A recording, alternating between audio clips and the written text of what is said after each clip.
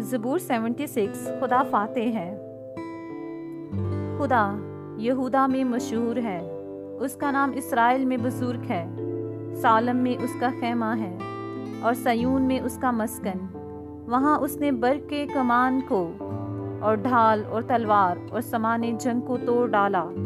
तू जलाली है और शिकार के पहाड़ों से शानदार है। मजबूत दिल लुट गए, वो गहरी नींद में पड़े हैं और ज़बरदस्त लोगों में से किसी का हाथ काम न आया।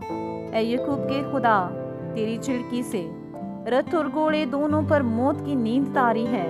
वक्त तुझी से डरना चाहिए और तेरे कहर के वक्त कौन तेरे हुजूर खड़ा रह सकता है। तूने आसमान पर से फैसला सुनाया, जमीन डर कर चुप हो गई।